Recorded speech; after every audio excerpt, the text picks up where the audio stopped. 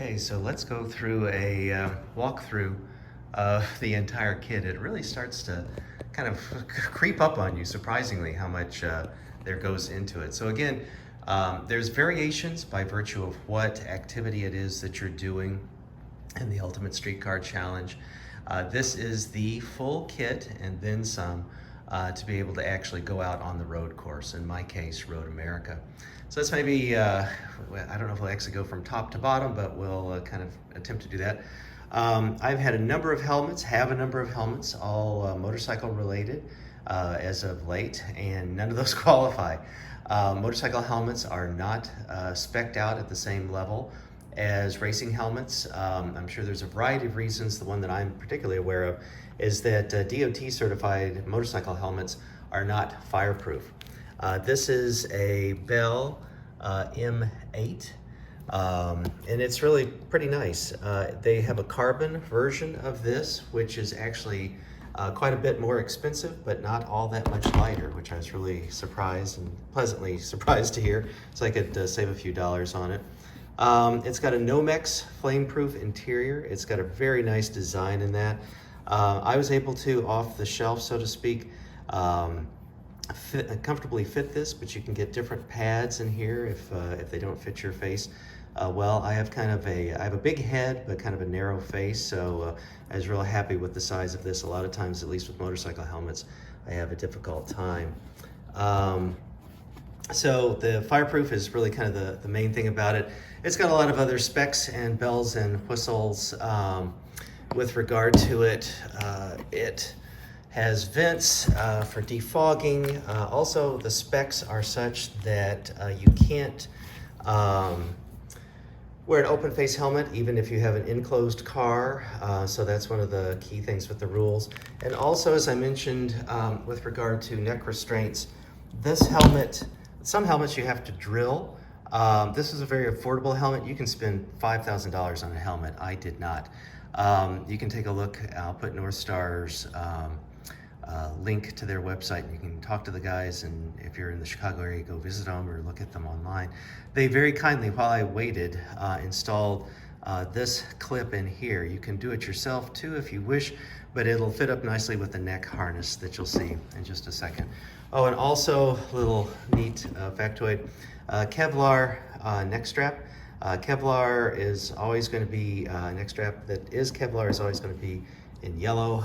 That's also a nice little feature. So a lot of spec to this helmet. Again, I'll put links in the show notes. There is just a lot going on with this helmet, which is really pretty cool and a great price point. You also need fireproof gloves. Pretty much everything I got is in Sparco. I'm not, I paid for all of this. I don't have any sponsorship, so I'm not biased in any which way other than I like them. And I'm a user, but if Bell or Sparco would like to sponsor me in the future, I'm more than happy to. So Sparco flame-proof, fireproof gloves also come in kind of a nice package to keep things nice. Fireproof socks that also meet the FIA standards. A lot of this stuff, Sparco is Italian. I didn't realize that. I'm a old Ducati builder, so that speaks nicely to design and whatnot. Sparco, this is the suit that I was talking about that is the double layer. There's not really a whole lot to show you with that, but that's what it is. It's very comfortable. It's got a nice waist cinch, which is nice. I weigh a little bit under 175. I'm 6'2", and it fit just really nicely. I suppose if you have different dimensions, you can get different sizes and stuff, but this was a very affordable, very nice option. It also comes with a very nice carrying case, if you like, for track day. You put your name and your team and whatnot on it, the Italian flag colors, etc. It's got a little zipper for extra kit if you want in there too, which is just all nice, really presents in a nice package. This is OMP's head sock. This is not required. This is one of the little extras that I chose to have. It just makes it a little easier, a little bit more comfortable with getting your helmet on and being comfortable in it. Also, I think actually adds a little shelf life to your helmet since it's you know, the oils and whatnot from your hair and skin and sweat while racing don't permeate into the Nomex materials and stuff. Kind of keeps everything nice. So that's a nice little bonus piece, not required by rules, but for comfort and just longevity and taking care of your gear. This is the neck brace or neck harness. This is by Simpson. Let me just show you the box that it came in, which is, oops, nice. It is carbon fiber. Not fake carbon fiber, real carbon fiber. And I can't really demonstrate it on, but you can sort of imagine or envision that these straps go over your right and left shoulder.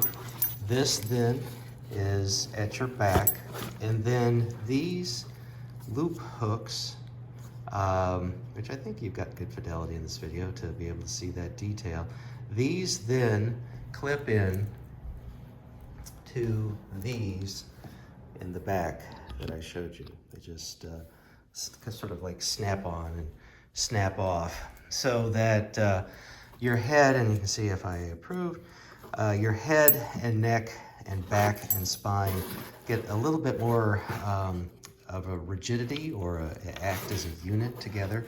So your big heavy head and helmet isn't flopping around on a very delicate neck and connected to your spinal cord. So this was kind of a nice thing. Like I said, also, therefore it saved me from having to redo my seat, redo my harness, allows me to run stock seats and stock seat belts to be able to do that and be safe. They also give you a kit of materials and a sticker, which is always fun. So really, this was new to me, familiar with these other kinds of things, but this was a new piece, and I was really glad. Again, tip of the hat to the folks at North Star for being able to educate me around that and save me embarrassment of not having the proper setup when I get there. I also want to shout out, I'll put this in the notes, that John Ruther, who is the founder and owner and president of North Star Motorsports in Lake Barrington, Illinois. It was just awesome. So is Steve Gentile. Those two guys just helped fit me and kind of held my hand through this whole process. And actually, you know, these two guys are just really amazing car guys in general as well too. And John had some great stories about Vic Elford. I had the opportunity to study under Vic Elford when I took my racing course, and Vic was just amazing. Look him up. He's now passed, but he is probably one of the penultimate Porsche racers, Le Mans, etc. What a CV he has. And then finally, we've worked our way down. This is Sparco. Also, I need to race an Italian car next time with all this Italian kit. But this is what I mentioned before. These are leather. It's like a suede leather, which is nice. And it comes up and covers the ankle. So I just kind of really wanted to make sure there were others that do meet the FIA standards. But since Ultimate Street Cars said leather, I didn't want to get there and be embarrassed or have a problem. So you can kind of see all the sizes and specs and whatnot with them. They're not, I wouldn't call them light. I'm a runner and I know what a light shoe feels like, and I wouldn't want to put a whole lot of miles on foot with these, but I think they should be terrific for being on the course and doing the kinds of things I'm going to be doing. So that will wrap it up for this kind of first edition of getting race prepped. I'll also be talking about, as I mentioned, I plan on going to do land speed racing. So I'll be talking about that. It'll be exactly the same kit. So this segment of this video will be duplicated in that. But we'll go over those rules and how all that works. And then also, once I'm on the track, I'll be doing on-track footage. We'll be talking about that.